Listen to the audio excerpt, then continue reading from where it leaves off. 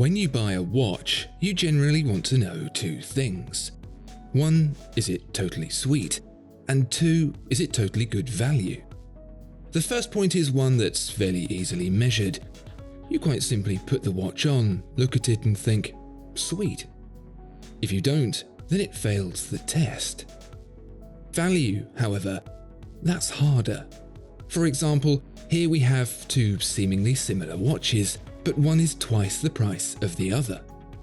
Which is worth it? Are they both worth it? Neither.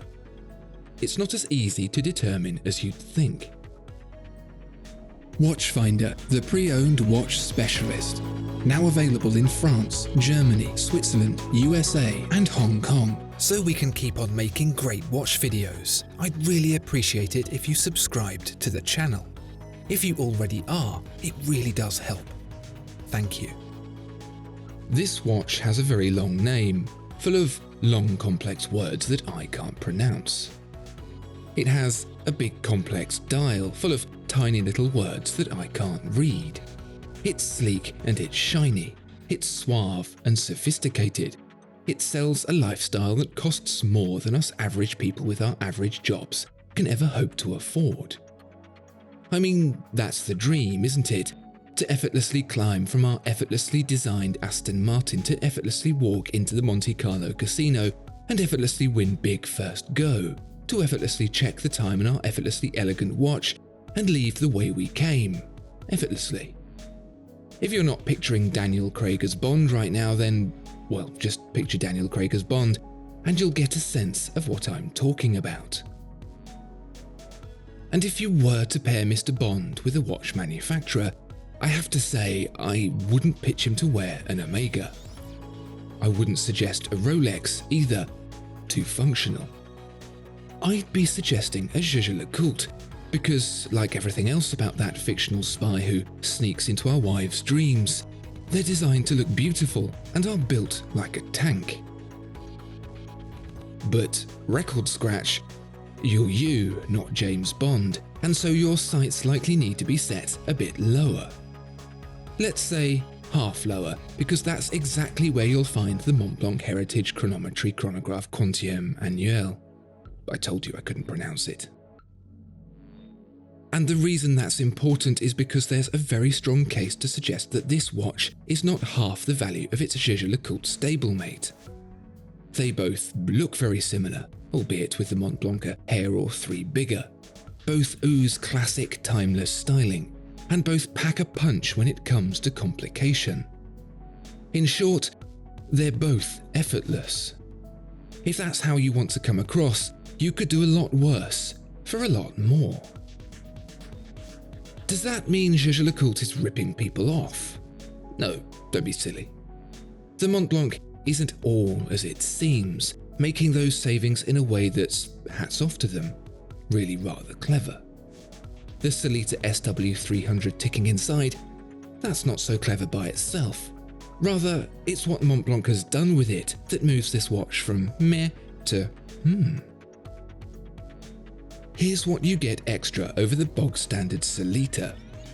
Day, month, moon phase in annual calendar form. That means you only need to set it once per year. Oh, and a whole chronograph as well. To be honest, I didn't see that coming, although the downgrade from the full in-house Perpetual calendar of the Jaeger-LeCoultre I saw a mile away. What it means is that, although the Jaeger-LeCoultre is better on paper, if you don't have the paper for that paper, you don't need to go without. And that's pretty sweet. So the inverse of that proposition is this. Are the extra features of the Jaeger-LeCoultre enough to warrant over double the cost of the Montblanc? By this point, we're well aware that the Jaeger-LeCoultre Master Ultra Thin Perpetual has a perpetual calendar. That's like the Montblanc's annual calendar, but it doesn't need adjusting until the year 2100. But is changing your watch once a year such a big deal that it warrants all that extra spend? Yes, you get that little window telling you what year it is, although if you've forgotten the year, the least of your concerns is looking suave. But you don't get a chronograph. So is it really more a case of 6 of one, half a dozen of the other? Well, owners of the Master Ultra Thin Perpetual and those thinking of purchasing one, you'll be pleased and perhaps unsurprised to learn that it is not.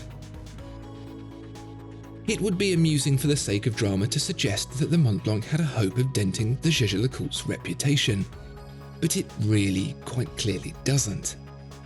Jaeger-LeCoultre is a master watchmaker of some of the finest pieces this world has ever seen, has expertise relied upon by all corners of the industry, has invented inventions to aid the invention of more inventions.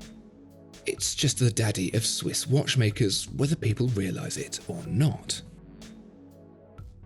And what more evidence is there of that than the Caliber 868/1, a manufacturer-designed and built work of art that somehow squeezes the ability to track Earth's place in the solar system for long enough to not even think about in a space slimmer than the average strap. At just 4.72mm thick, the Caliber 868/1 is not only worthy of the name ultra thin, but also worthy of doubling down on and purchasing over the Montblanc. It's not a Solita for a start, but never mind what it isn't. We're more interested in what it is. And what it is a thoroughly over-engineered concrete bunker of a movement dressed in the finest Faro and Ball paint. Beneath that delicately executed facade lies 336 parts, all assembled with the same integrity our grandparents wistfully reminisce about when they talk about how rubbish stuff is today. No word of a lie, I once spoke to a watchmaker who rued Jaeger-LeCoultre with venom in his eyes about how much work it was to dismantle a Jaeger-LeCoultre movement. "Why use one screw when 3 will do?" he said bitterly.